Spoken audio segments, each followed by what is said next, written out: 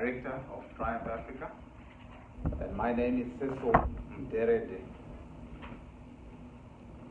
Through you, Mr. Chair, I would like to acknowledge the presence of the Permanent Secretary in the Ministry of Public Service, Labour and Social Welfare, Mr. Masanga, who is represented by Mr. Chirivavi today.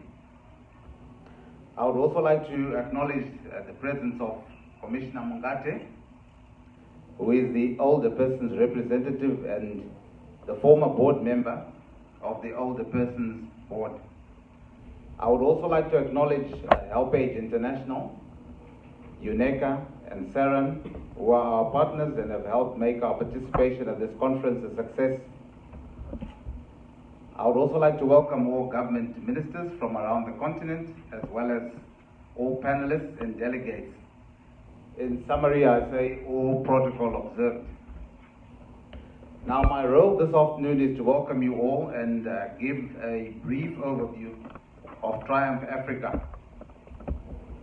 Triumph Africa is a non-governmental organization working for and with all the people in Africa. Triumph was originally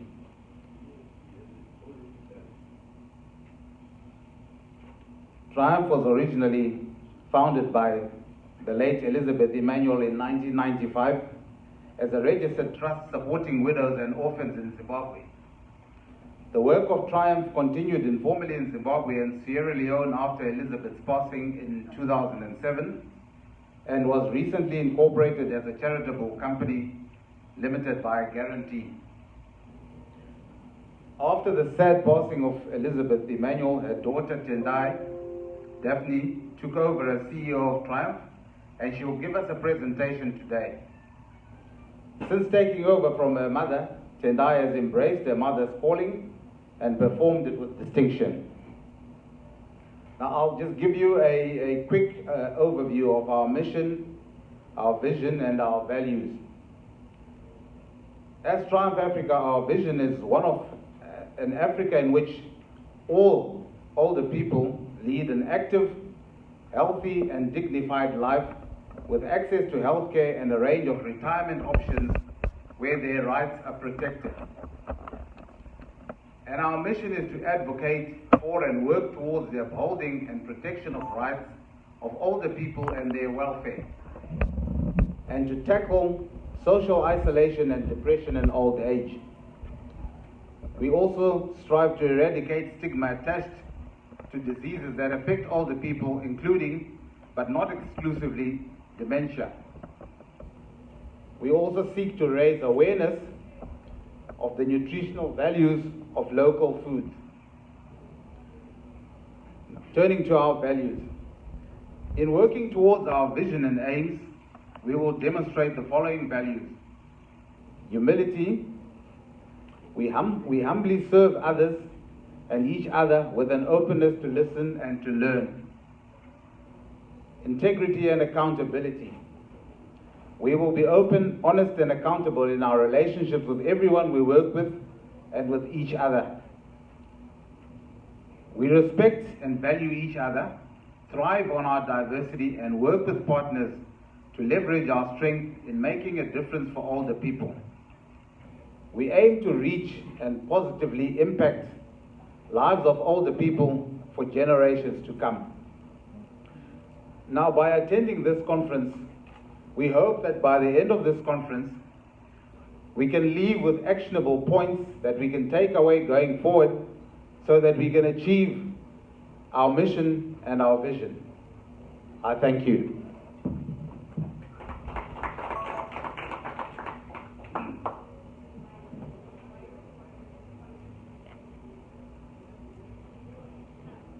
Just to welcome you in this very important meeting. I'm representing HelpAge International. I'm the acting head of network coordination and development. And we are a global network that creates a movement for a fairer and just world. And we are hoping in the coming next 10 years, we would work with all of you to make sure that the older people live with dignity, and their well-being is realized, but most importantly, that their voice is being heard everywhere. Welcome again to this very important meeting.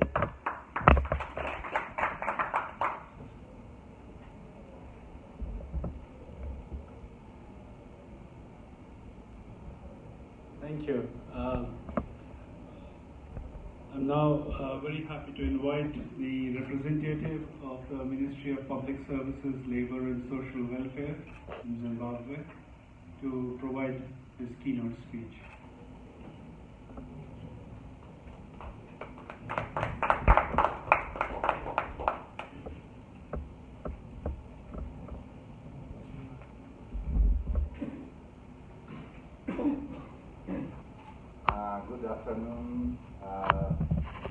Good afternoon, ladies and gentlemen.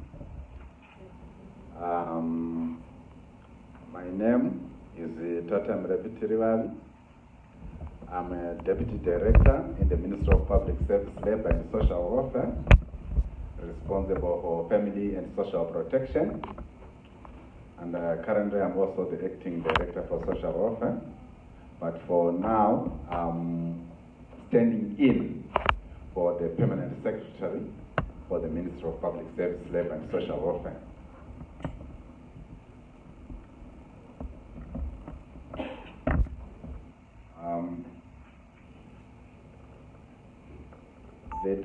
The Director, United Nations Economic Commission for Africa, UNECA, Dr. Tokozile Ruzizo, Director, Triumphant Africa, Southern Region, Age Network, Saran, Director, Help Age Global Network, the Director, National Age Network of Zimbabwe, Mr. Mark Chikanza, the Director, Help Age Zimbabwe, Ms. Priscilla Gavi, National Coordinator, Rwanda, the Leave No One Behind Network, Mr. Eli Mgobo Ishema,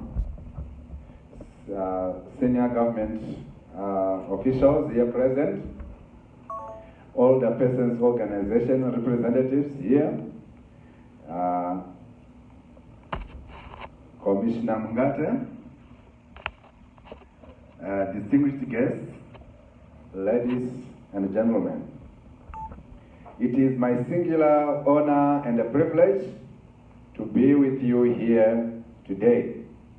A special thank you goes to the United Nations Economic Commission for Africa, UNECA, Triumph Africa, Southern Africa Regional Age Network, and Help Age Global Network for organizing this event.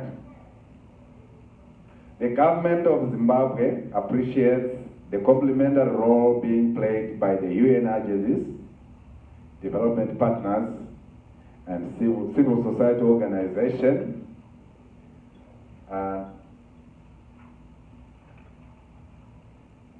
business community in the care and the protection of all the persons in Zimbabwe. The government of Zimbabwe has made considerable efforts, staggered at various levels through the Ministry of Public Service, Labor and Social Welfare and other organizations assisting all the persons in implementing social protection programs, targeting all the persons both in institutions and within communities, which feed into the sustainable development goals. There is still persistent limited voice of older people in the relevant institutions and in an array of public policy discourse related to aging and the rights of older people. The Ministry of Public Service, Labor and Social Welfare is implementing SDGs Goal 3 on good health and well-being through the Department of Social Welfare by supporting institutions with administrative and per capita grants to cater for the welfare of older persons in institutions. It goes without saying that older persons' issues and rights remain largely invisible. No systematic aging actions and slow uptake in public policy discussions, with inadequate and coordinated multi-sectoral mechanism for implementing, monitoring, and reporting. In this regard, the Ministry of Public Service, Labour and Social Welfare is making strides towards signing and rectifying of the protocol of the African Charter on the Rights of Older Persons. The 6th session of the African Regional Forum on Sustainable Development poses a great opportunity by including the rights of older persons based on the commitment to leave no one behind. The Ministry is promoting SDG Goal 1 and 3 through implementing social protection programs for older persons in the communities. Chief among them are the Public Assistance Program and the Harmonized Social Cash Transfer Programs, in which cash disbursements are given per household. Zimbabwe has been affected by drought, and in response, government and other non-governmental partners have scaled up efforts to assist vulnerable groups, including older persons, through the Food Deficit Mitigation Program, in which grain is dispersed to vulnerable food insecure households, including older persons and other vulnerable members of communities, to alleviate them from poverty and hunger. The Ministry is currently working on a number of social protection programs targeting older persons. The government of Zimbabwe is developing an MIS that for social protection, or that is a social protection database, which seeks to provide a more competent and up-to-date database of all social protection programs, including those targeting older persons. Moreover, it will improve reporting of older persons' activities by partners through sharing of a standardized reporting manual and template to all partners, which will be consolidated at the Ministry of Public Service, Labour and Social Welfare National Office into the database. This will improve the harmonization and the targeting of social protection programs, thereby promoting Goal 16 for peace, justice, and strong institutions. Zimbabwe has an older persons board that is in place. It's established in terms of the Older Persons Act, Chapter 17.11, and the board is faced with the tackling issues of lack of adequate age disaggregated data, qualitative and quantitative evidence, appropriate research to influence policy change, and design effective evidence advocacy and the policy change in support of systems adaptation and the measures to improve the lives of older people. In this regard, the Ministry would like to strengthen partnerships and collaboration with stakeholders, thereby embracing SDGs Goals 17, which seeks to promote partnerships for sustainable development. The Ministry is working on drafting an older persons policy which will enable implementation of the Act, thereby addressing challenges faced by older persons. The Ministry will be approaching non-governmental organizations and other stakeholder players to provide financial and technical expertise in this regard. I'm here to announce that the Ministry of Public Service, Labour and Social Welfare will collaborate with organizations which take pride in improving the quality of lives of the older persons in institutions and households, and accelerate the implementation of the Sustainable Development Goals. As we embark on this great collective journey, we pledge that no one will be left behind. Recognizing that the dignity of the human person is fundamental, we wish to see the goals and the targets met for all nationals, people of people and all segments of society. We will endeavor to reach the furthest behind first. Through collaboration, together we can make a difference in the lives of the elderly. I thank you.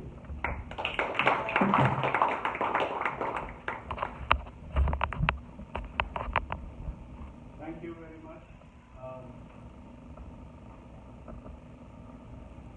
I think it would be quicker if I raise my voice so that we don't spend too much time in sharing this. Because holding a wireless microphone makes me feel like a rock star or something. Singing, all that is missing is just a band. So anyway, but in the absence of that, let me move on. Let me now invite a panel of distinguished people. We have the representative Commissioner Mangate, who is the former board member of Older Persons Board. We have Mrs. Tendai, the Executive Director of Triumph Africa, Mr. Eli Mugaboshima, National Coordinator of Rwanda, Leave No One Behind Network. We have a President, Senator Dr. Eze Ajoku, who is the Coalition of Societies, President of the Coalition of Societies for the Rights of Older People in Nigeria, and Mr. Harrison Nanonko from the Ajay Malibu Self-Help Group. My apologies, since I'm sure I did not get many names right. But you'll bear with me and you can recognize whom I'm referring to. So we can get this panel going. I do not know what the arrangement is. I think it's the most convenient if you keep sitting where we are. And when you start, you could identify yourself and maybe give a brief introduction before making your point. Also, let me remind the panel that the objective of this site event is really to consolidate the learning and best practices, to galvanize partnerships and collaborations to ensure that older persons prosper as per the commitments of the SDGs and Agenda 2063. And very importantly, consolidate key policy actions and messages to influence the outcome document of this forum. And I think the last one that I really want to refer to and keep reminding you as you make your interventions, that let's leave this room with some key messages, some strong, actionable messages which can really contribute and add value to the document of this forum that has been put together. So with those words, I'm going to invite the panel, and let's go in the same order in which it is listed.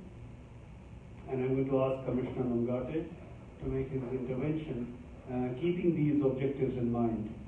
But before I start, if I can just take a minute to also share with you what the key issues are we are talking about. I mean, yes, in the spirit of leaving no one behind, yes, just like anybody else, old age people, old age persons constitute a particular group, and so they should not be left behind. But what is the real issue? And I think if you look at the data that we have, to us, the key issue is that people are now living longer. And people have to, because of increase in life expectancy at birth, which is very creditable for Africa, we are up to about 65 or 69, I think, life expectancy at birth, which is very positive. I may not have got the numbers right, but it has improved a lot, that much I know.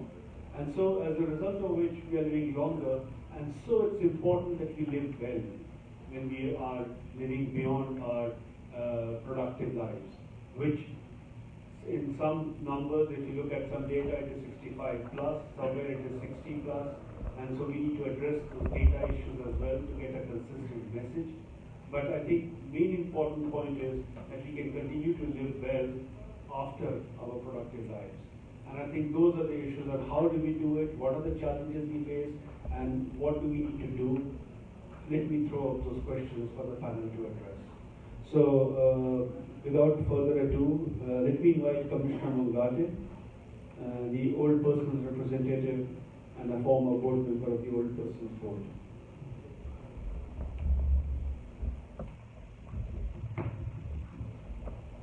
Oh, thank you. I'm so glad there is another mic. Greetings to every one of you that is present here. I must recognize the presence of my ministry, a very, very important ministry amongst all the ministries in government, in the government of Zimbabwe. Why important? Because they are articulating the issues that affect older persons. Now, I want you to know right on the onset, it doesn't matter how active you are at the moment and how strong you are, and how clever you are that you are not visiting the hospital, and how clever you are that you are not taking medication tablets like the prayer of Daniel, one in the morning, one at midday, and one in the evening. It doesn't matter, but you are aging. Would you tell your neighbor that you are aging? Right. Every one of us that is here, I've just taken cognizance of the importance of who you are. I don't want to labor that point because it has already been articulated. Can I stand here maybe so that I'm not in the, I'm not obstructing anyone. Right, older persons, I'm glad my director has already articulated the overview issues. I'm now scaling down to some nitty-gritty. Thank you. Issues regarding older persons, situation prevailing at the moment. We have that which we would want to see addressed. United Nations says someone retires at 60, and other companies say 65. Others say at the age of 70. We are saying as older persons, by the way, I'm one of those older persons, I'm about 70. We are saying, let us come up with one so that the older persons are not deprived of the privileges and also of their rights. It's very important that we have this done properly. I'm not going to read that. You can capture it, all right? There are issues associated with not correlating this information properly. There are issues that are grave, very grievous, annoying older persons when this is not put right. So therefore, we are saying in our respective countries, please let us put that right. Next slide, please. Way forward, we are saying to the educationists, DNA specialists, mathematicians, if we are to achieve the STI, we better not exclude older persons. The Sustainable Development Goals can only, I'm underlining that, can only be achieved if we make reference and also we bring on board the moving libraries. The older persons have got it all in their brain, but they are not being given the opportunity to talk. So let us please remember to bring them in so that we come up with proper age of a person. Can I give an example?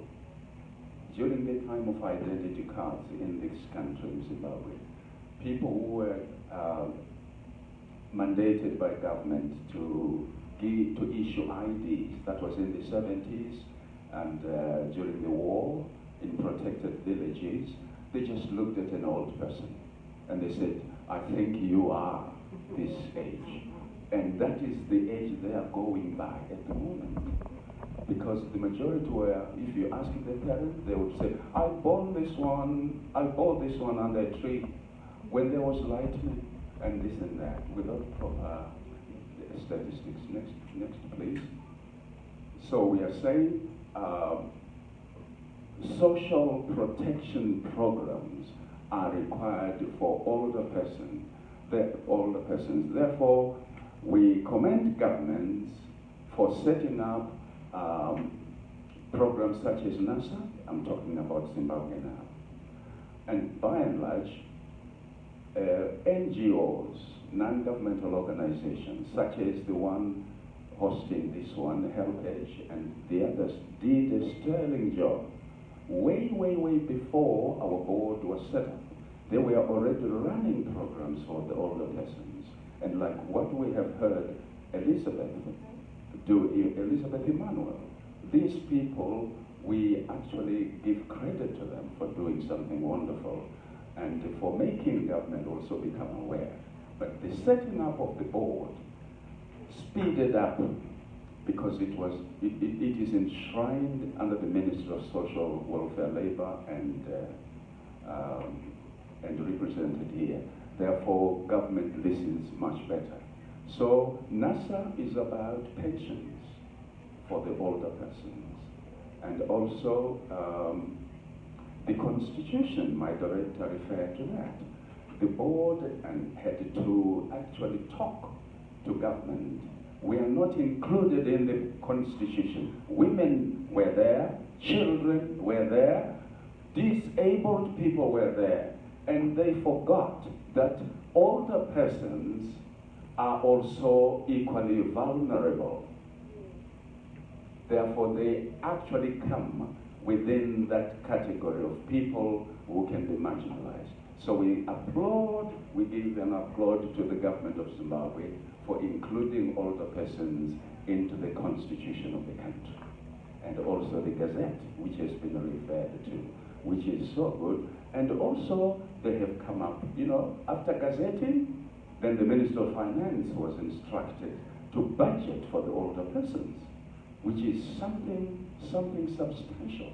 Although the amount is small, but better to start than just talking. Our conferences have become a matter of talk and very little action. Therefore, we want to commend the government for coming up with all those things.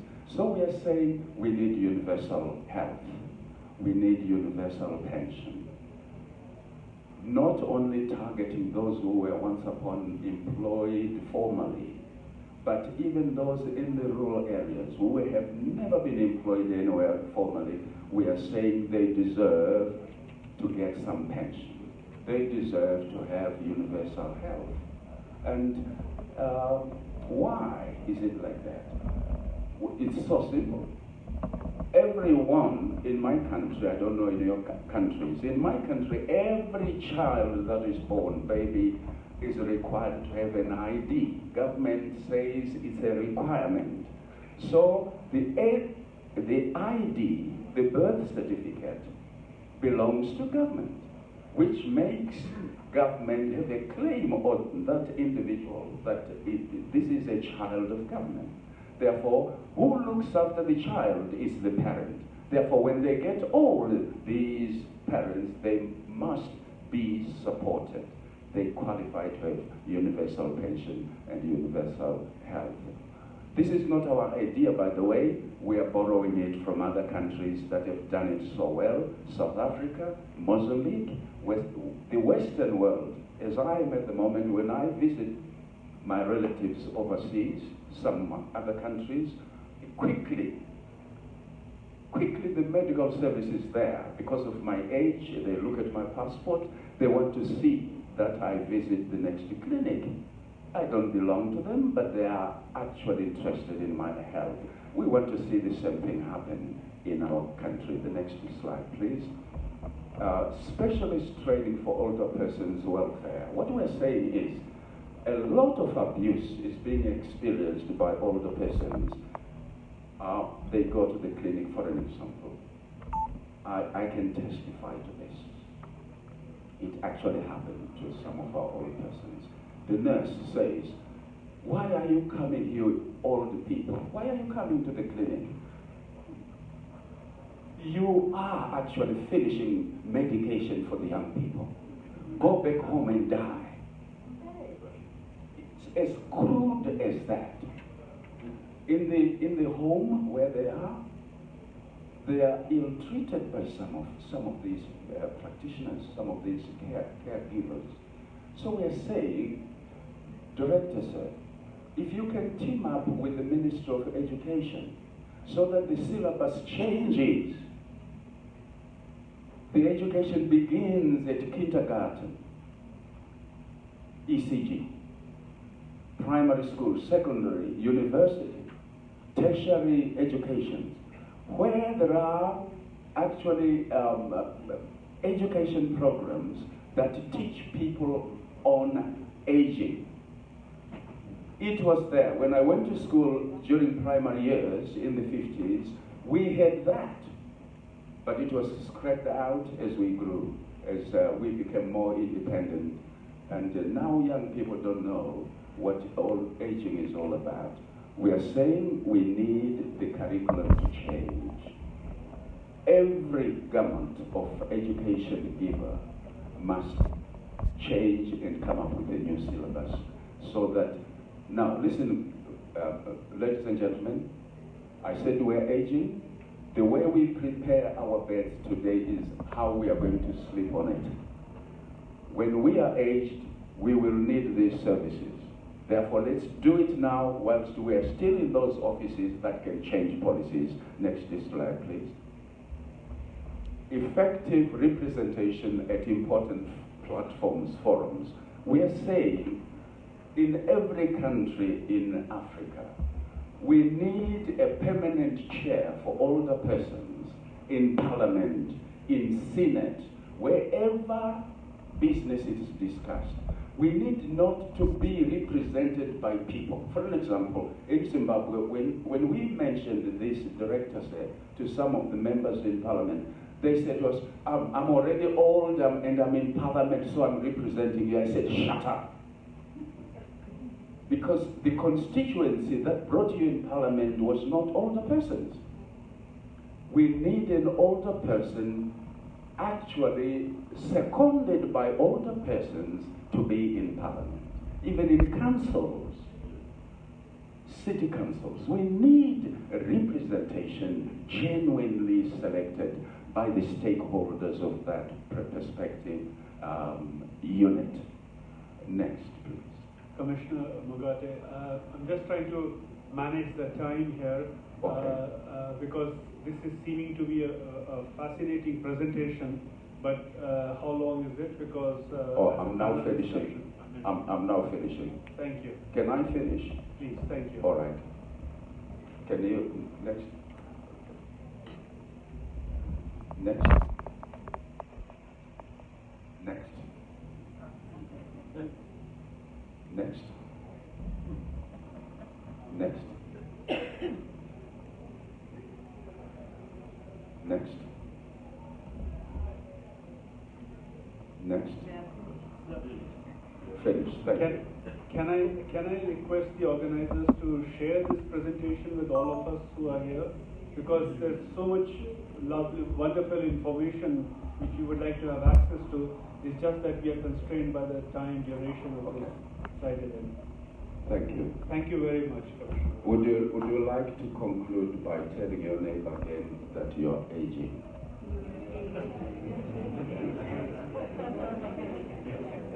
Thank you.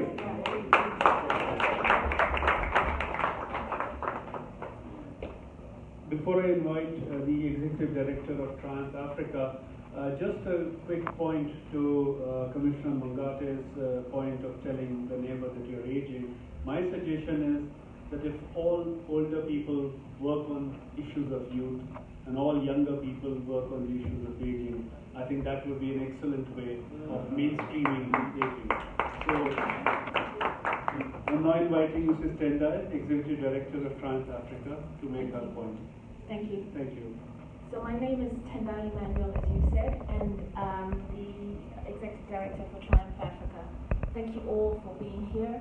I acknowledge the presence of the Zimbabwean government here and UNECA, and thank you for making this space available for us to talk about age. I do ask, however, that next time we have a position in high stages in the plenaries to talk about issues that affect all the people. As Africans, we believe in Ubuntu. We believe that it takes a village. So when we are talking about issues that are affecting us as a continent, we must do that with the approach that we do as Africans. And that is a wholesome view. We will leave people behind if we focus on the youth alone. empowering the youth includes empowering older people, and it cannot be done in a vacuum. So that's my request to UNECA. Please do give us a platform in a plenary session rather than just at side events. But we do thank you for the opportunity for that. Now to my points, speaking to what I've been asked to address, I'm going to speak primarily towards the financing of the work, the gains that has happened in that direction, and how I see the next 10 years happening. So yesterday we heard the Finance Minister, Professor Ntuli, speak about diaspora remittances, not just in Zimbabwe, but diaspora remittances across Africa. The remittances outweigh the amount we receive in aid. And amongst those remittances is a sizable amount of horizontal philanthropy. What I mean by that is people in the diaspora, whether living in Africa or elsewhere, supporting their family members, supporting to send children to school, supporting older relatives, sending money for healthcare, etc. And we're starting to see an increase in people in the diaspora, including myself, participating in reinvesting in the nations that raised us up. So I am British, but I was raised up by Zimbabwe. And I am honored to serve the Zimbabwean people in Binga. But as Triumph Africa, we are stronger in Malawi, but we hope we can work with the local government and the Zimbabwean government to do more of our programs here in supporting all the people. So in that, we are saying to the governments across Africa, as the African diaspora comes to reinvest, welcome us home. We are not strangers, we are one. I have heard so many times, you know, in England we had a case of what is called white savior mentality, and there was an issue that was in the newspapers where a young white journalist was pictured with loads of black African orphans. And she was criticized for that because it was publicity, it was Facebook, it was all that. We also don't need diaspora saviors. So with us in the diaspora, when we come to reinvest in Africa, we must not take the mentality of we know better, we are better because we are from the diaspora. So it's going to take both sides to work together. And what we need from our governments is please do welcome us back. We don't have political agendas. We want to see our communities, our older people empowered. We want to see older people, we want to come alongside you to help finance the work that needs to be done. And my call to the diaspora is, horizontal philanthropy is great. As Africans, we have always been philanthropists. I like this word, it's a big word, but we've always done it.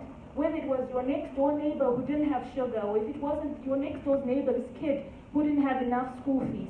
This is our way as Africans. But it hasn't worked. We have to diversify what we do and how we do it. And my suggestion is we need to be more organized, strategic, and we need to learn to work together. There is no point in me starting my own agency, then my next door neighbor starts hers, and then the next one does this. Let's partner together.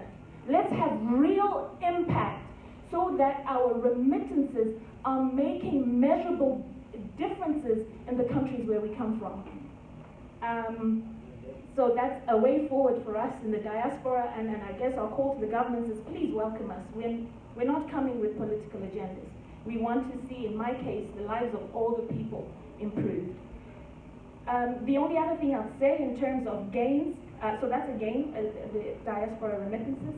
I also wanted to speak about the voice of older people. Older people do have a voice. We're just not listening to them. They do have voices. And their voices, as Commissioner said, need to be given places where decisions are being made, where implementation is being done, where review is being done. Older people need to be part of that. We're starting to see that happening. I'm glad to see that happening here in Zimbabwe, in Malawi, where we serve as well. But we need more of it. Yeah, I don't think this over-focus on empowering the youth, it's not our African ways.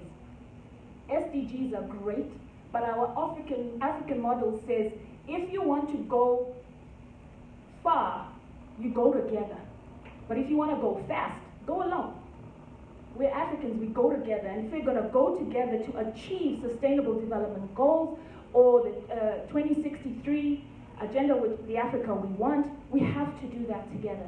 How can our youth, as you suggested, sir, take the leading role in issues concerning older people? How, when we're talking about youth empowerment, how are they going to contribute to that conversation? So I think that's some of the things that we need to see more of going forward. Thank you very much. I could go on. Thank you. Thank you very much. And thank you all also for sticking within time limit that was not specified. So I'm going to do that now in the interest of having a much wider participation, and also to stick to my own reputation, which is not very popular, and I'm a very mean moderator. And so I think let me get back into that. And let me request the subsequent speakers to please limit yourselves to 5 minutes so that you can get an opportunity yourself later on when we have a wider discussion. So thank you for that. I'm now inviting the National Coordinator of Rwanda Leave No One Behind Network, Mr. Eli Mugabo-Wishema, and I'm convinced that I have spelled and pronounced the name wrongly. So my apologies for that. Dear activists, my name is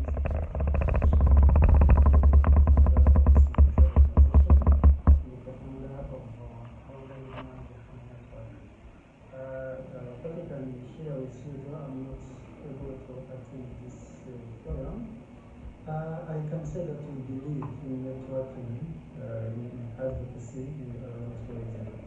So the organization works with other nine supporting the most activistic groups, including people with disabilities, the historically marginalized people living with chronic diseases, women, and other people, and others, to create a Rwanda regional behind the network, in order to unite our efforts in advocating and making awareness on the inclusive policy and legal framework.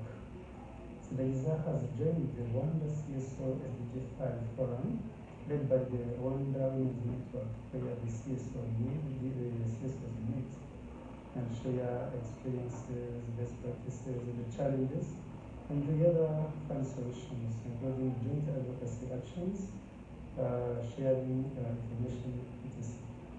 We also work with the National Commission for Human Rights and the CSO Forum to profile the rights of human rights for older people as well as most at-risk people.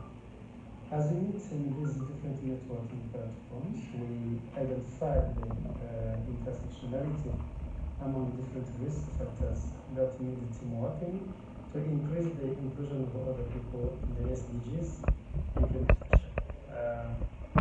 As a member of SDG Africa, International, we are not limited in Rwanda, but work with other regional and global networks for the inclusion of other people at all levels. As a result of this, I can name like 2 or 3. It's that we advocated for Rwanda to sign and ratify the African Charter for human rights for the people and the people with disabilities. And Rwanda has signed, and I hope that in a few days these 2 documents will be ratified. And also the national policy for the rights of other people, for the underdevelopment.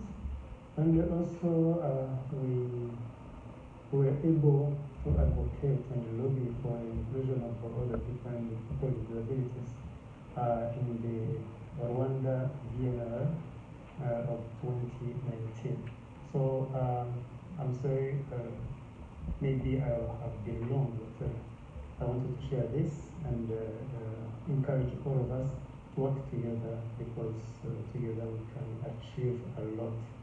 Thank you very much. And again, let me say that if you want to go far, you go with the rest. But if you want to go maybe quickly, you go alone. So let's go together.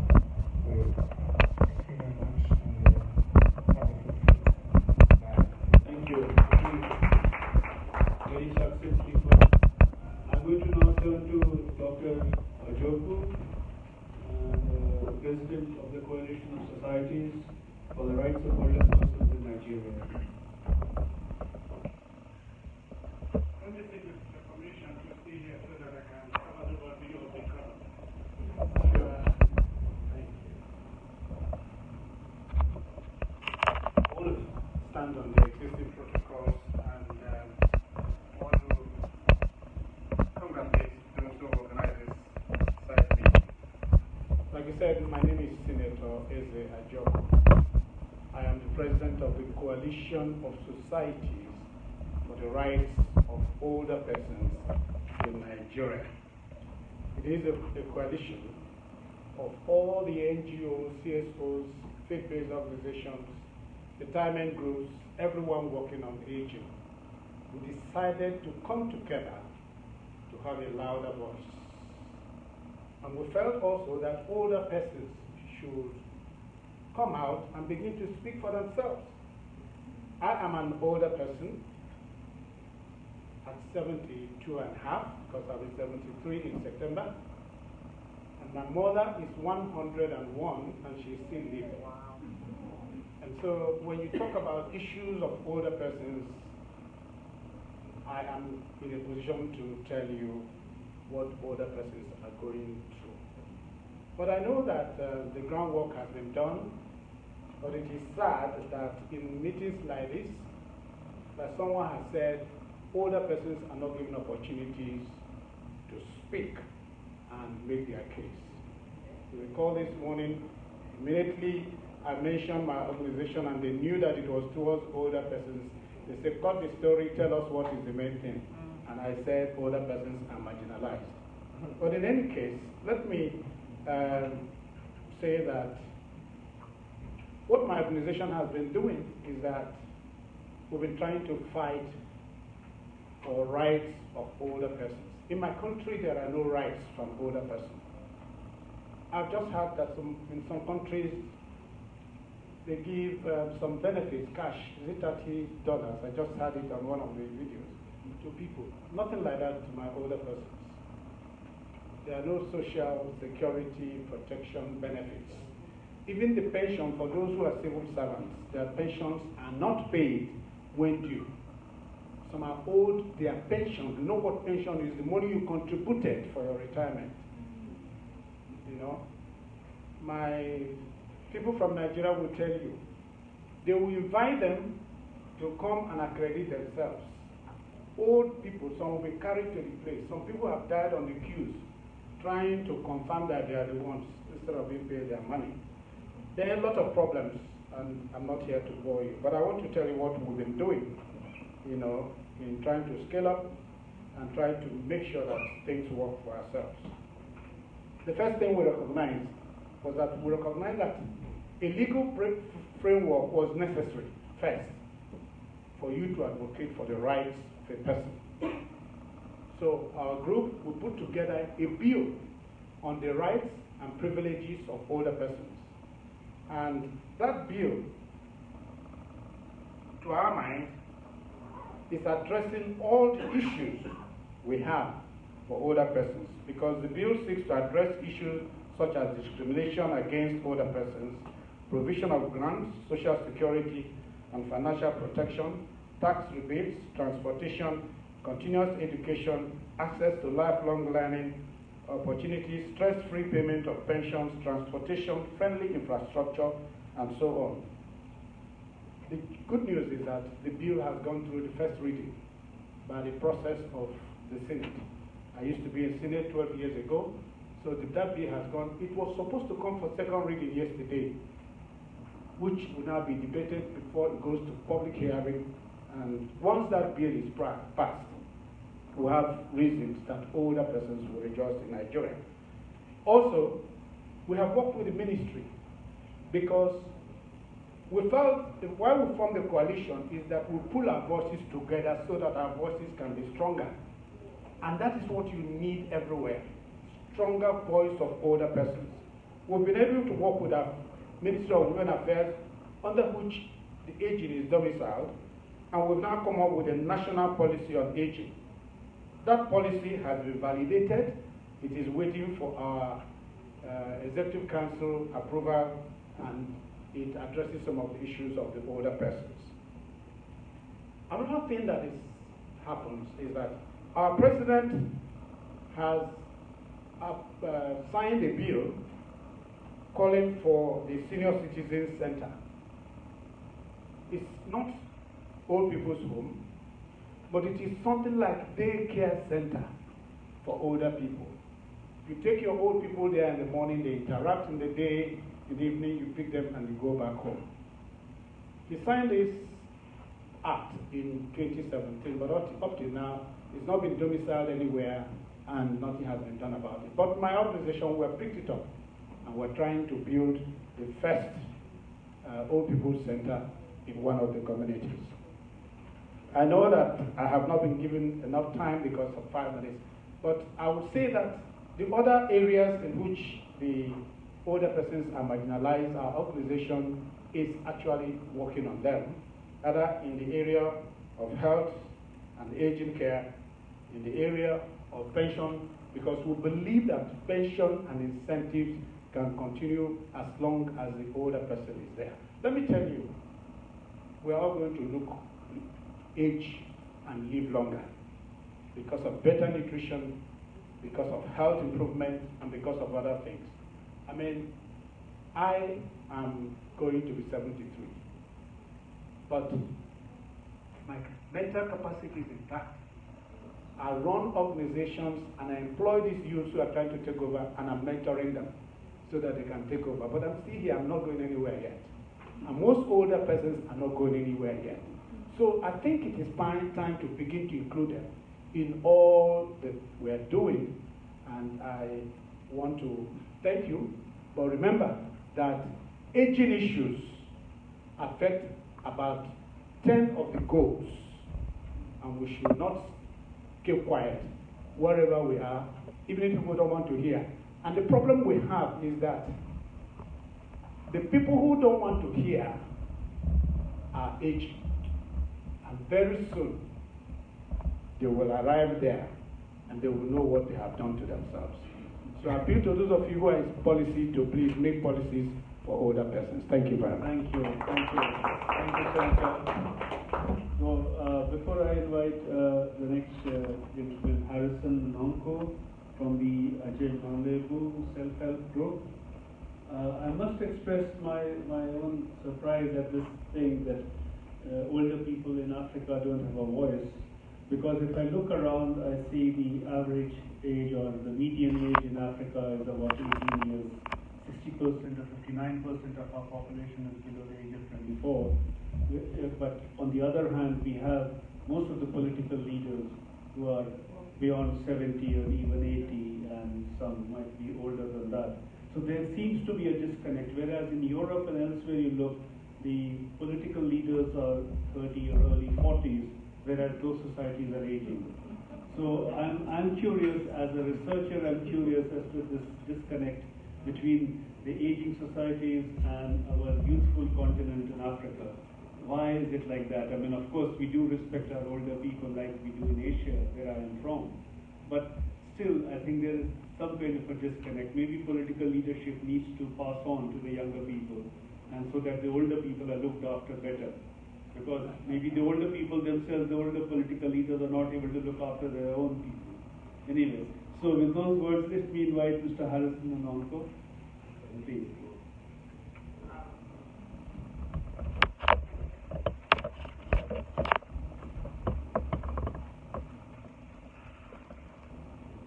Good afternoon. I'm Harrison Nonko. I'm from Cameroon, and I want to comment a bit on the senator's comments. Like the moderator was talking about, there is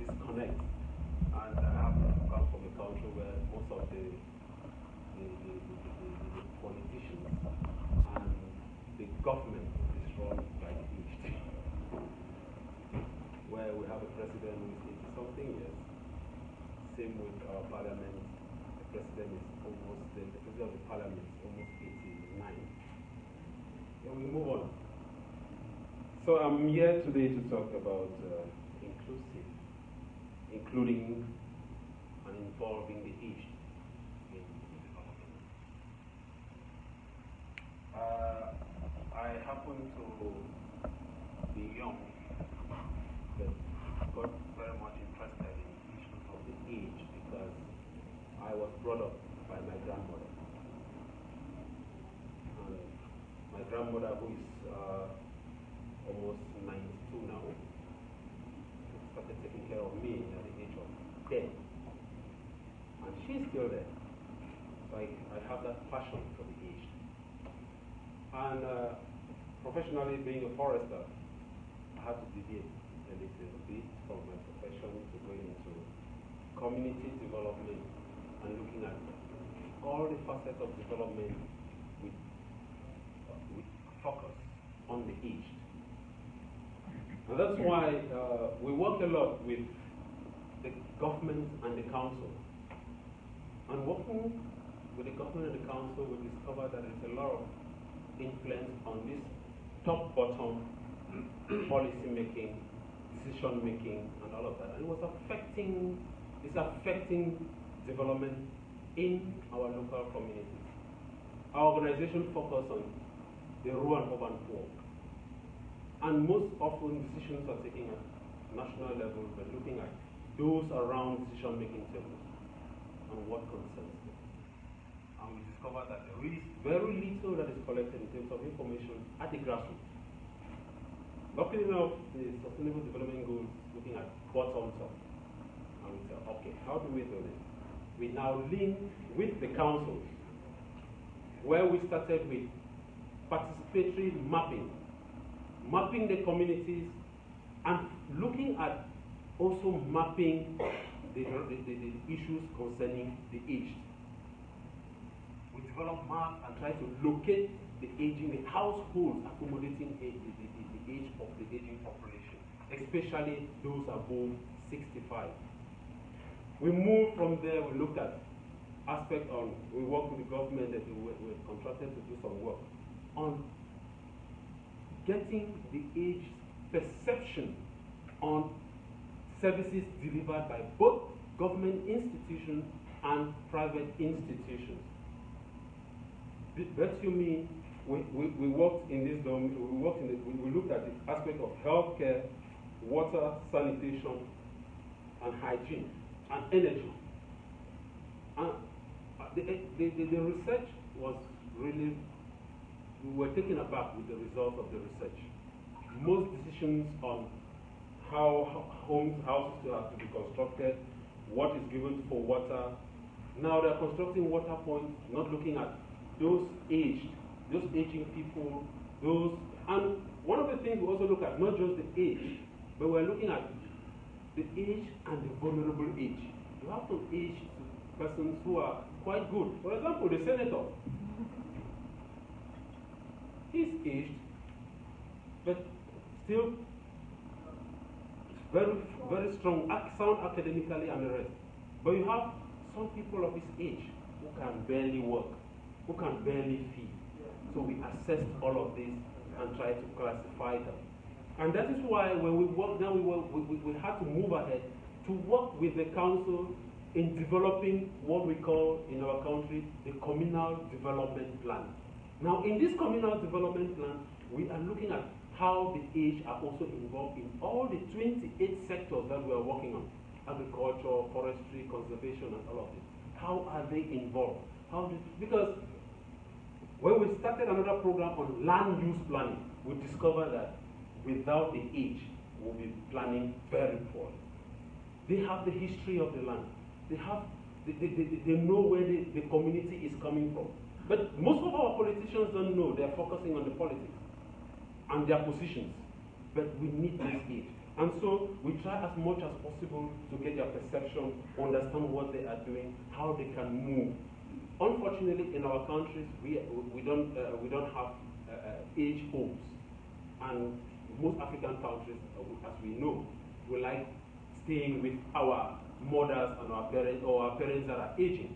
And by so doing, we discover that a lot of the young people who are supposed to be taking care of the aged are also now running for greener pastures.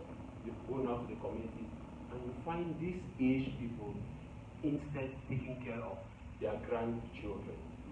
So we think that there is need for, fortunately enough, our government has policies now on the aged, looking at care and the rest. But when you look at it detailedly, it is more for those who have been retired. What about those who never worked? What about those who never had greener pastures? You have those who are farmers, have no matricle, nothing. So we need to work a lot, and we are working towards that, planning and hoping that together we can move together. But if you want to move alone, go fast. If you want to move faster, go alone. Thank you for your kind attention. Thank you, Mr. Harrison. I'm inviting now Mrs. Priscilla Gavi, Executive Director of Helpage Zimbabwe.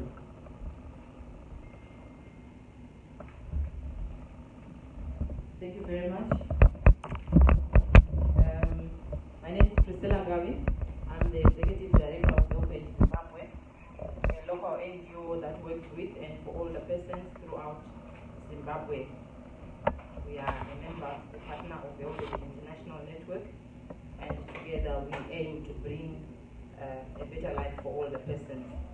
Thank you for this time that you've given me, and I would like to mention that the organization was formed in 1989, and from that time to date, we have worked with the government of Zimbabwe in many areas, mainly areas of advocacy, emergencies, livelihoods, water and sanitation.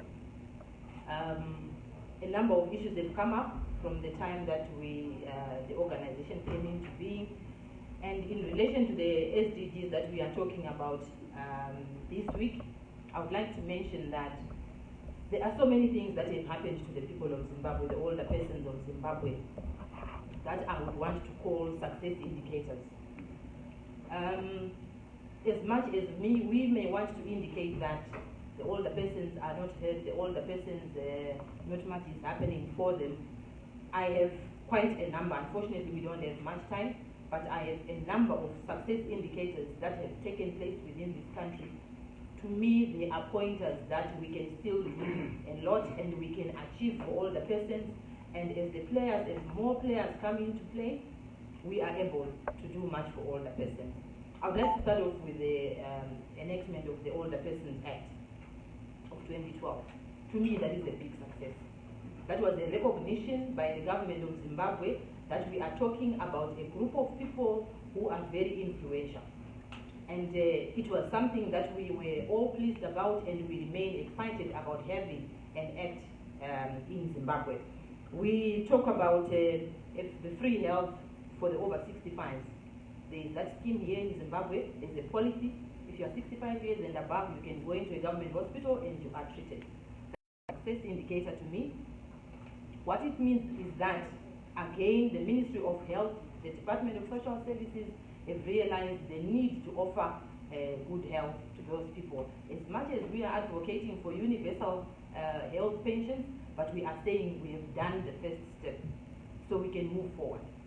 And the other thing is that we have a scoping study that is underway between ILO and the Ministry of Labour and Social Welfare, looking at the issues of universal pensions, trying to find out if it is possible to have universal pensions in Zimbabwe.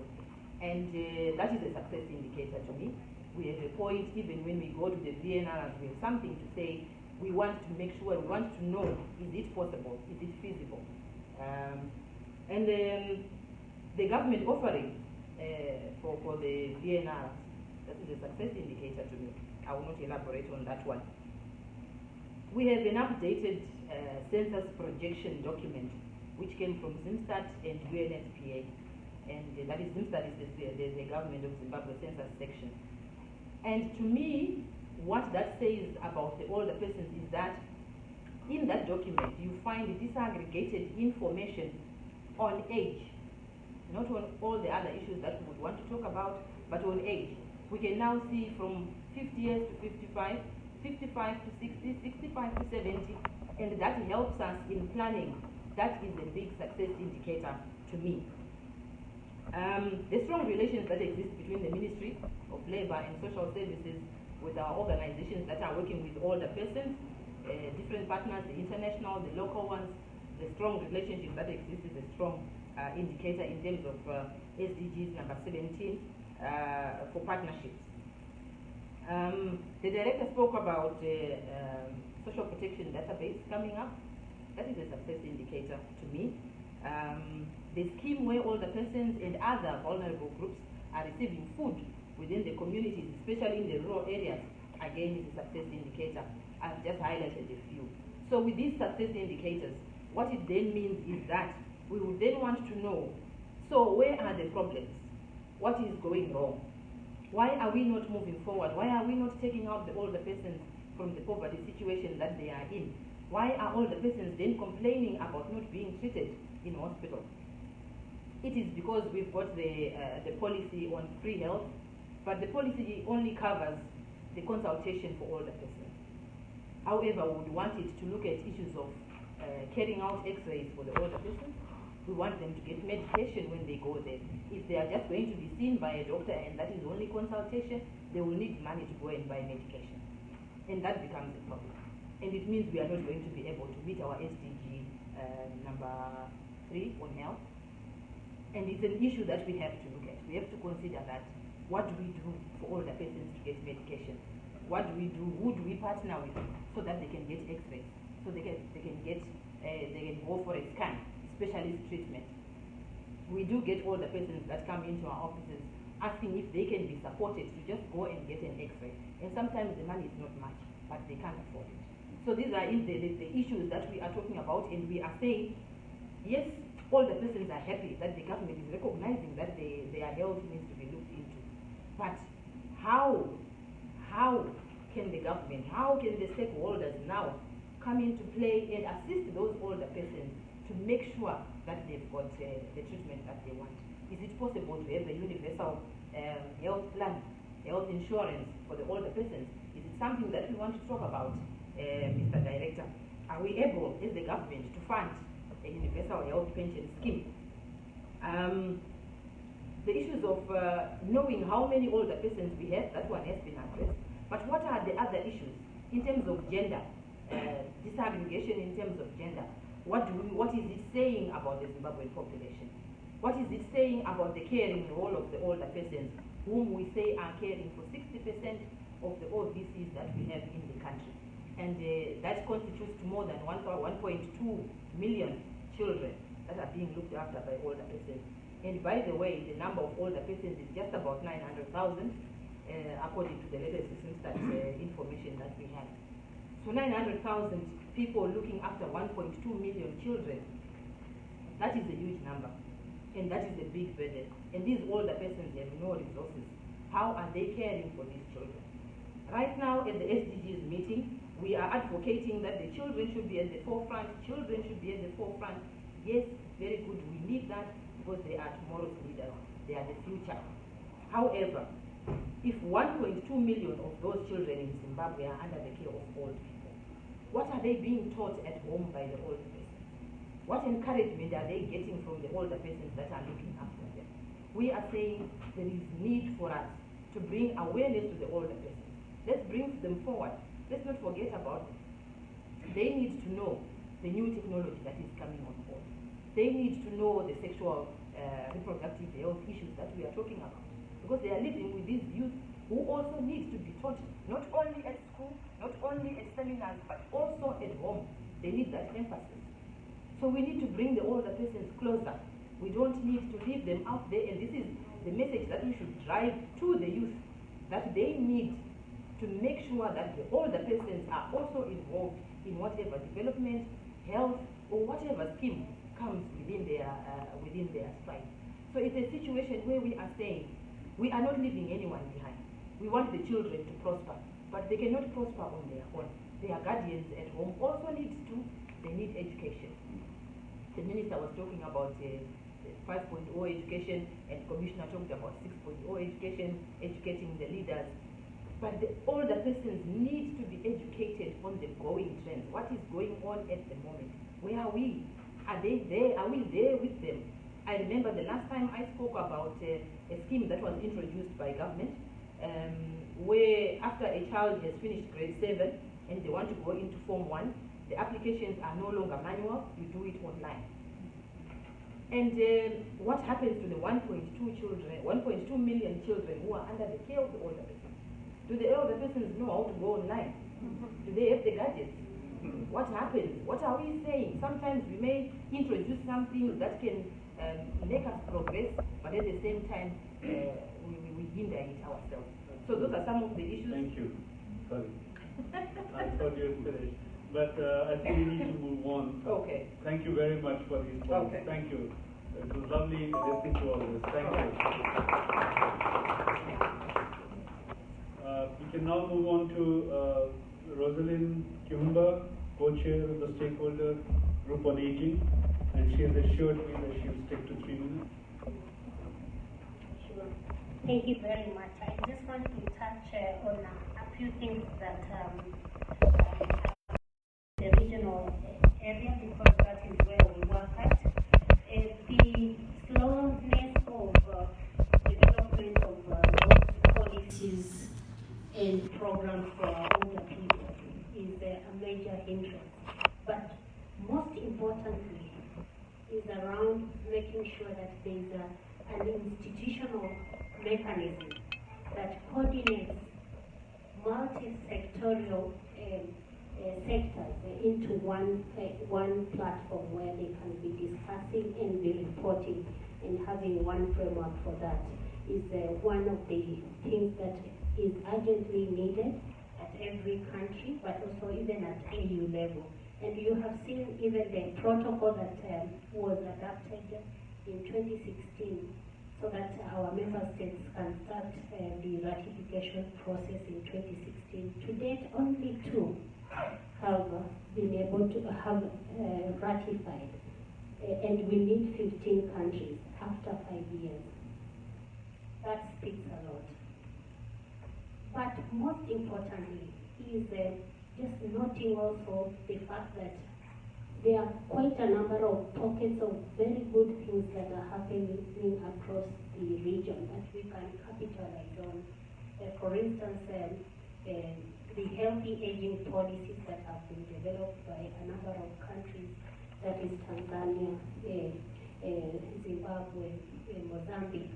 Those are good places where we can really learn a lot and progress. But also looking at other countries like Mauritius and Seychelles, who have been able to really integrate our older people, especially in education, to have a long life education, but most importantly, increasing the social protection remittances to a higher level, so that our older people are able to get more gains to live in dignity. The other bit that they are trying, but needs a lot of support, is around resource and the data, which has also been spoken to. But also we lack a lot of technical competencies in this sector, and it will really need us to really partner within the country, but also across Africa, but also internationally, so that we can be able to accelerate the development of these technical competencies that we need in every sector, and most importantly around the health sector, where our health sector is not very conducive for our older people. We don't have geriatricians, we don't have the long-term care mechanism. Thank you very much. Thank you, Rosalind. We now come to the end of the panel presentation and the respondents. I'm going to call upon Mr. Oli Enman, Global Coordinator, Action for Sustainable Development, for his brief comments. And I'm really keen to get onto the discussions and participation of the larger group, because I can already see a number of people are keen to make their intervention. So, Mr. Henry. Thank you very much, Chair, and I will keep it brief. It's a privilege and an honor for me to join you here, and I'm thankful to the organizers. I've worked with Rosaline over the years, and actually she sits on the Committee of Action for Sustainable Development at a global level, so we're very pleased to partner with you and with HelpAge and with Triumph Africa, so thank you very much. I just wanted to pick up on four main points, which I've heard today and which I think reflect some of the broader trends that we see also in other parts of the world. The first one is around the partnerships working, and I think that's come across very strongly around the importance of building coalitions, and that's something that we, as Action for Sustainable Development, we're very committed to help to support where we can with toolkits and with advice if we're able to, what's worked in other places and how might we work together to build those strong coalitions. A couple of years ago, we had a project around the Leave No One Behind theme, and we looked at 30 different countries, and we worked with Rosaline on that to make sure that HelpAge and aging as a principle was incorporated into that project, and we look forward to further work on that. My second point, I think, is around this intergenerational learning, which seems to have come across from the Chair and from a number of you, and I think it's absolutely right in a continent like Africa where you have that real rising generation, that there is a sort of learning on both sides and learning from the elders who have that experience both ways, I think, can really reinvigorate the direction of the SDGs. And I think that came across also in, I was able to join the session with the DSG and many young people from Zimbabwe a couple of days ago, and I could really see that sort of joint learning coming through strongly. Thirdly, on data, I think data and the importance of gathering data, understanding where the gaps are, that's come across very strongly, and I was very interested to hear about the database that's being developed here in Zimbabwe, and it sounds like that could be a real pioneering approach that other countries might also learn from, because that is a big gap in so many places. And then finally, on policy change and advocacy, I have a kind of an offer to make to all of you and to encourage you to think about joining us. So you may know, in September, there's a week of action, we call it, that we organize together with the UN to really encourage people all around the world to talk about the SDGs and some of the principles around leaving no one behind during the week alongside the General Assembly in September. And if you haven't already thought about doing something publicly with your governments or with your local authorities, that's a good moment, because there'll be a lot of media interest as well, and we can also provide some additional advice around communication and amplifying messages through social media. So, thank you. Thank you very much. Thank you. Before we open, I think a large number of important points have been made today, and as I said, one of the objectives which at least I have is to capture as many of these actionable points, some key messages that can go into the main forum report. And a number of issues are coming up. One of them is, of course, of classification. And here I think what is happening is that everyone above the age of 65 is not old. I mean, the way, because we are living longer, and like the Senator himself, he is pointing out, most of us are getting there, they are still active. So I think there is a kind of an informal classification which is happening that between 65 to 75 you are a young old. And there's a slang for that, it's called yold. So, and then 75 to 85 is somewhere intermediary, medium old. And then you really get old when you're above 85. So I think we are coming around to that because of increasing life expectancies. Not life expectancies at birth as much as the life expectancy at 60. I think which is the more important indicator for on the issue of aging. And I think that's very important. But I think I would want to link that up with the fact that on IDs and identification, I think the very first presentation was absolutely spot on. And I'm hoping that that presentation will be shared with many of us, with anybody who's interested, is because there is an issue. We are not able to get the numbers right, the dates of birth right. And so when do you become old? So one issue is, when does the society or the community regard you as old? And when do you actually as an individual become old and cross that threshold? And I think that's very important. And that has got to do with an ID. And there is a move, there's a huge project on digital ID, digitalization of civil registration system.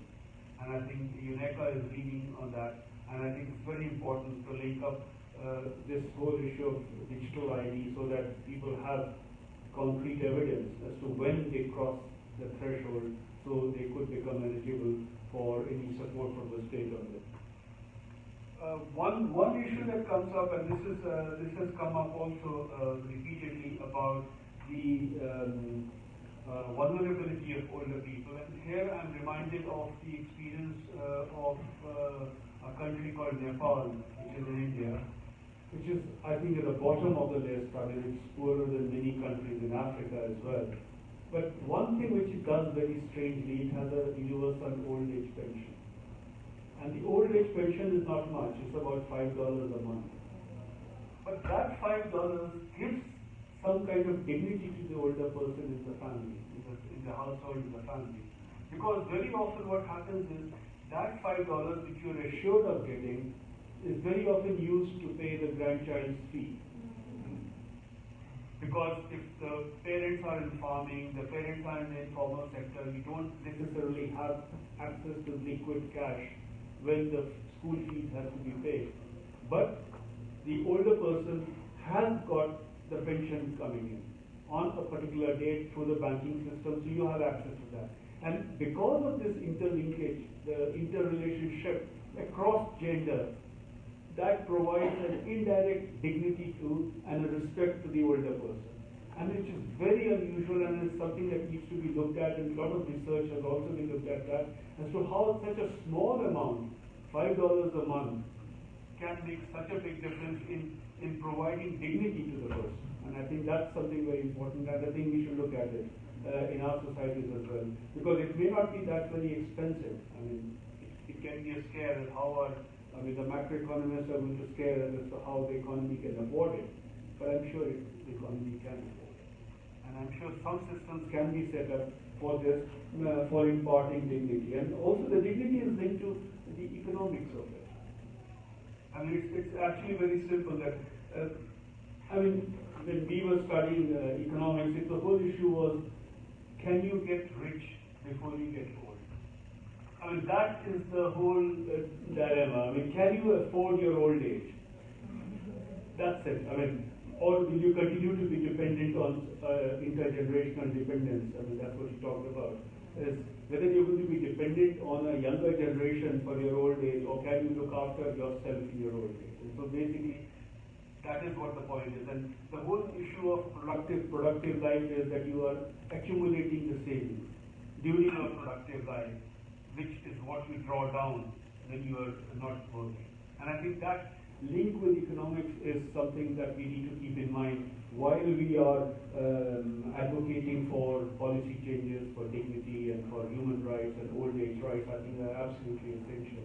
But I think we need to combine it with some kind of an economics of it, and to see how we can provide an economic independence to people in their old age. And I think, I'm sorry that my comments have exceeded 3 minutes. I'd like to open up here. I was exercising my right as the moderator. Let me start here, the last one. I'll come here. Let me start with the row at the back. Yes, please identify yourself. My name is Tola Miyobi.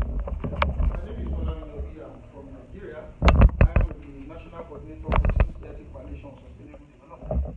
I want to thank all the panelists for the kind of erudition that you did even to the presentation. Quickly, I'm so much concerned about the issue of policies. It's easier to make policies than even to make bills into laws.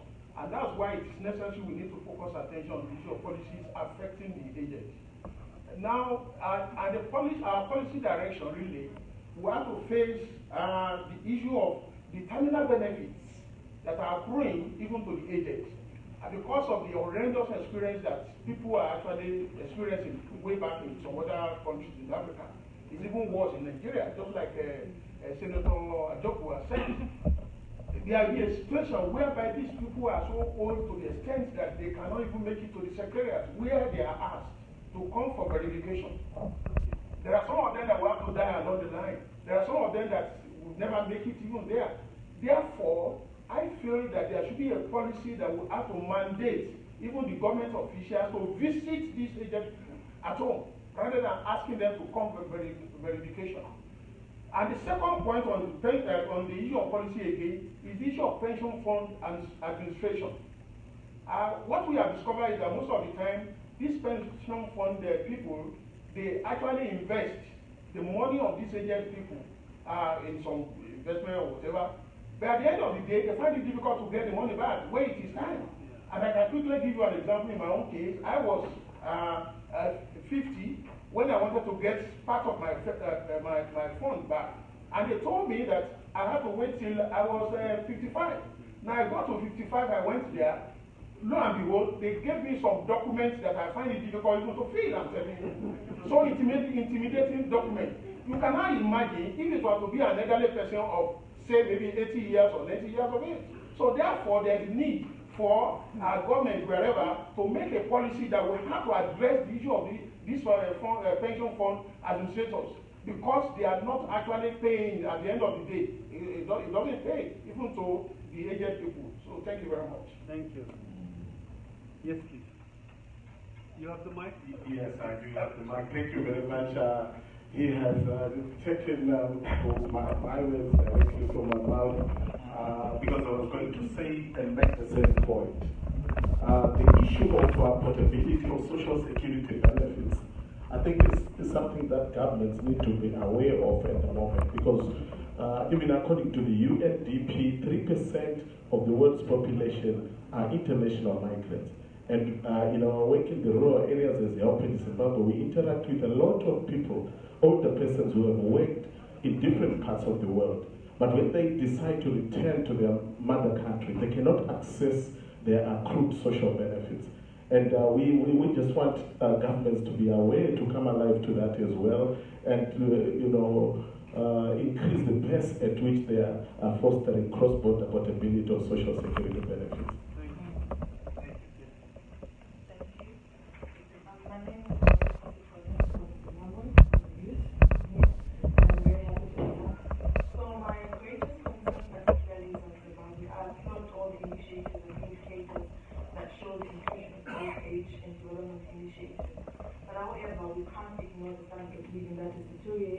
Over the last 7 years, to the extent that the life expectancy is reduced to 61.10 as of 2019.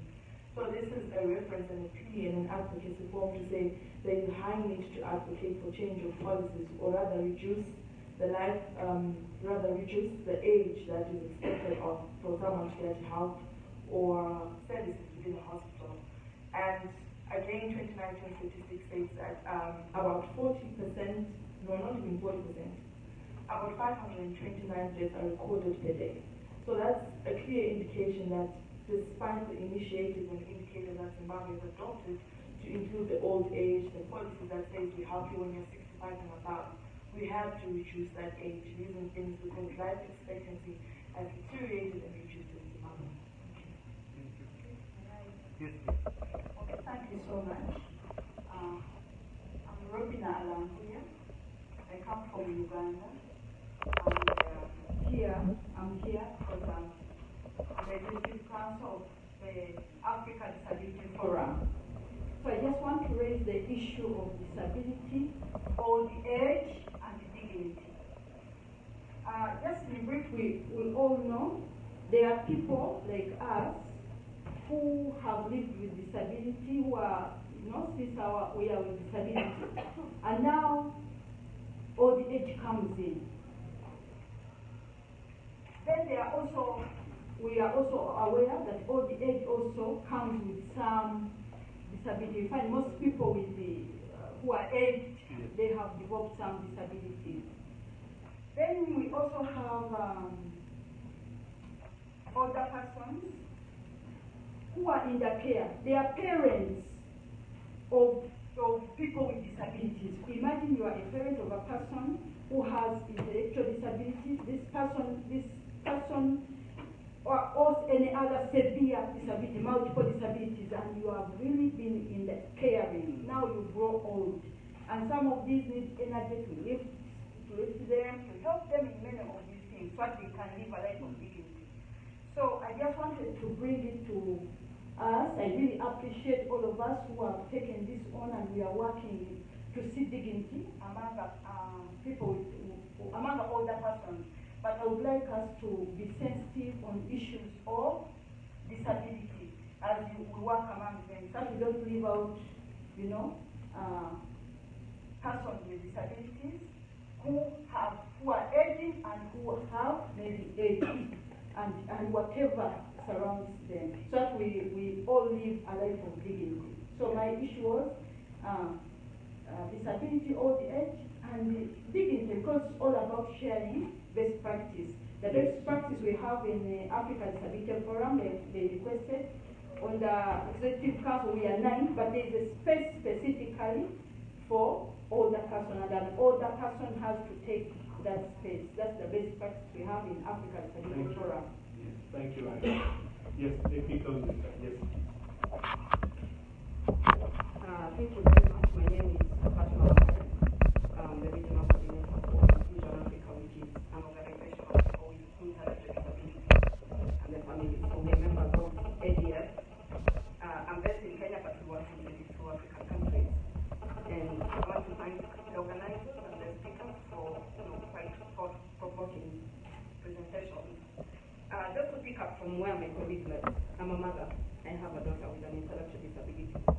And my concern is she's coming into old age from a very disadvantaged position. She has difficulty reading, writing, telling time, a lot of difficulties. I'm concerned as a mother, I'm getting old. She's not getting younger either. So what will happen to her when I'm not there? I mean, as of now, nobody wants to even take care of her. I'm the primary carer. So if I'm not there, what happens? So issues of aging and disability are quite, pertinent to us, and we really need to address the intersection between disability and aging. My other concern, and I would really want to learn from Zimbabwe, how it happens. So in Kenya, we have cash transfer for the elderly, then we have cash transfer for persons with disabilities. But what we've seen happening is that, when older persons with disabilities apply for the cash transfer for the elderly, they are told to go to the disability cash transfer. When they go to the disability cash transfer, they are told they are older people, they should go to the cash transfer. So they are not in between. I mean, this is very, very, very sad. State only want to give only one pension. So they cannot access the cash transfer for the elderly, they cannot access for persons with disabilities. Who are they? I think these are quite, a number of issues that really need to be addressed. How do they access cash transfer? Thank you. Thank you very much. That's very important. Yes, I'll come to you. Okay. Yes. Okay, thank you so much, Chairperson. My name is Ochieng Vincent. I come from Uganda. I'm a youth representative in Action for Sustainable Development.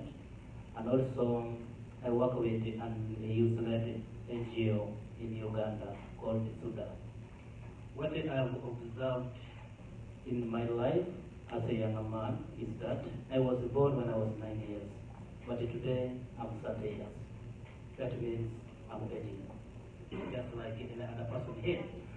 But what I would just like to say is that we work in the areas of human rights and access to justice.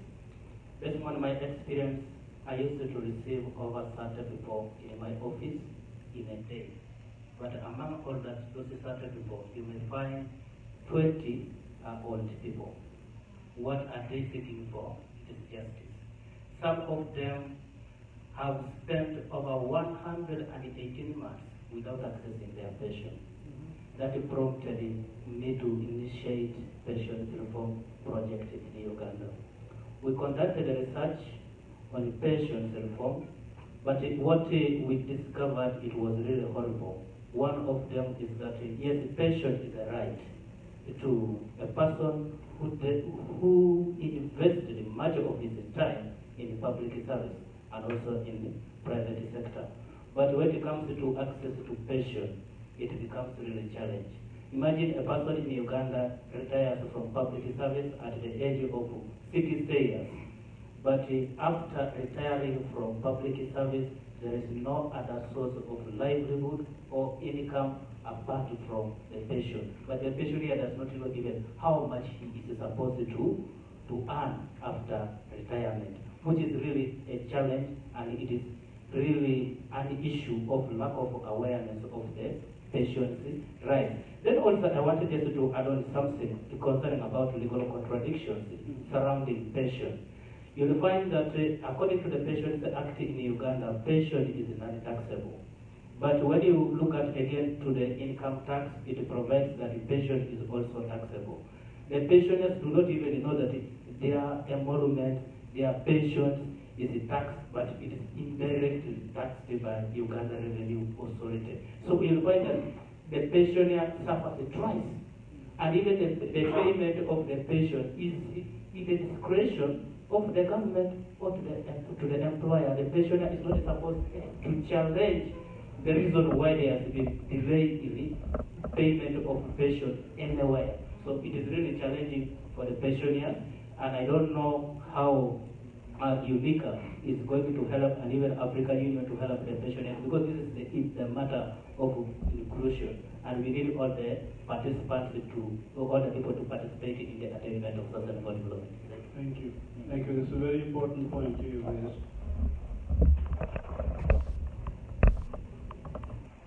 Thank you. My name is Dr. Munuki. I'm a consultant for the Education Coalition of Zimbabwe. I'm an adult. I'm the aging group. I've just retired from the University of Botswana. I've been lecturing for the past 20 years. I have a different paradigm at looking at aging. The paradigm is not that one of actually social welfare.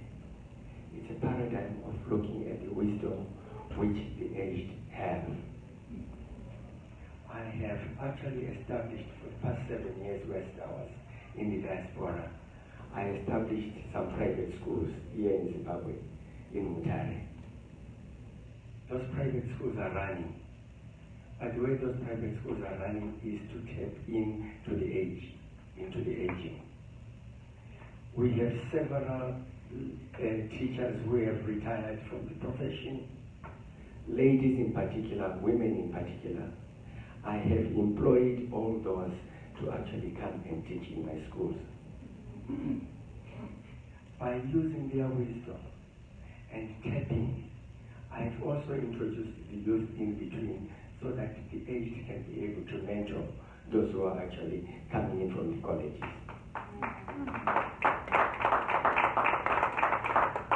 So as a result, my aged are able to actually fend for themselves. They can pay for their rent, they can buy for their toiletries and everything, because I'm paying them a salary from the school fees which is being paid by the parents. They become part of the whole management of the whole system within the education, within my schools. So as a result, I have also now tried to engage with the Education Coalition of Zimbabwe to say, guys, what do we do? Where do we get to? We cannot keep on going on with the donor syndrome of asking for money. Let's find local solutions which can help our own people. Thank you. And I think that deserves a special round of applause. I think that's very important. Basically, you're converting the older people from consumers to producers to be more independent, I think. And I must confess that I have failed terribly as a moderator because we've overshot the time too much. And since I've already acknowledged a failure, let me give one last chance to my colleague, the person sitting on my left, please. Okay, thank you very much. I'm Rachel Pepkai. I'm a volunteer. I'm happy. This is the first time that we also attended such a big conference. The reason being, we believe we are also contributing immensely towards human development, attainment of SDGs. As we also volunteer, yes, on our part in the volunteer sector, I see the older persons as senior volunteers. So we are in the process of lobbying our government in Zimbabwe. We realize that we do not have policies or act that promotes volunteerism within our midst, as much as it contributes immensely towards all aspects of development. So we are taking this opportunity to advocate for volunteer effort inclusions in the SDGs and also the NVRIs.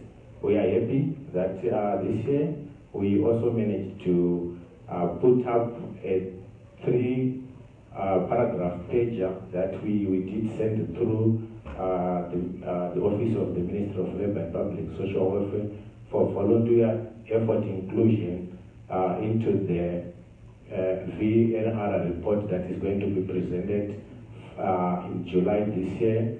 And we strongly believe that there are also other stakeholders that could not manage to give their input.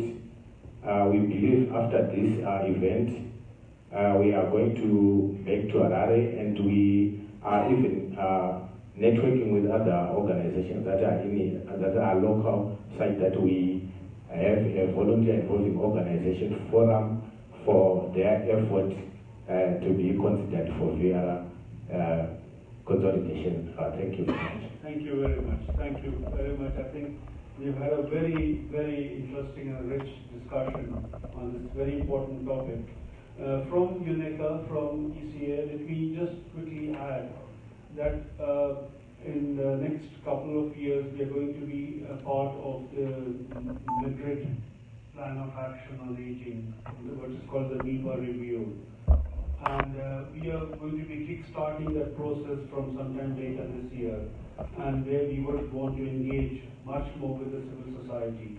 And I think most of you here in this room represent civil society, and that is the reason why I requested Rosalind to get all the contacts and details. So we would very much want to exchange and link up with many of you for the purposes of the review of the Madrid Plan of Action. And with that, I think we have had some very rich discussion, some very interesting points. I've taken note of that, and I really want to thank you. My apologies that we have exceeded, but then if we have to leave no one behind, sometimes you have no time overrun. So I think thank you very much for your presentation, for your participation in the discussion.